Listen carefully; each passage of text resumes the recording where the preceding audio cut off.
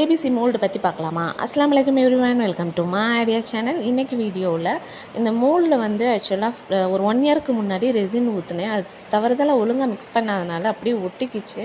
என்னால் ரிமூவ் பண்ண முடியல. ஃபஸ்ட்டு ஒரு விஷயம், ஏபிசி மோல்டு வாங்கும்போது ரைட் சைட்லேருந்து ஸ்டார்ட் ஆகிற மாதிரி வாங்காதீங்க. இது தலைகீழாக செய்கிறாப்புல இருக்கும். ஃபஸ்ட் லேயர் செகண்டும், செகண்ட் லேயர் ஃபஸ்ட்டு, ரொம்ப கன்ஃபியூஷன் ஆகும். இந்த மாதிரி லெஃப்ட் சைடு ஸ்டார்ட் ஆகக்கூடிய ஏபிசி மோல்டு வந்து வாங்கிக்கோங்க. இது ரொம்பவே யூஸ்ஃபுல்லாக இருக்கும், யூஸ் பண்ணுறதுக்கு ஈஸியாக இருக்கும்.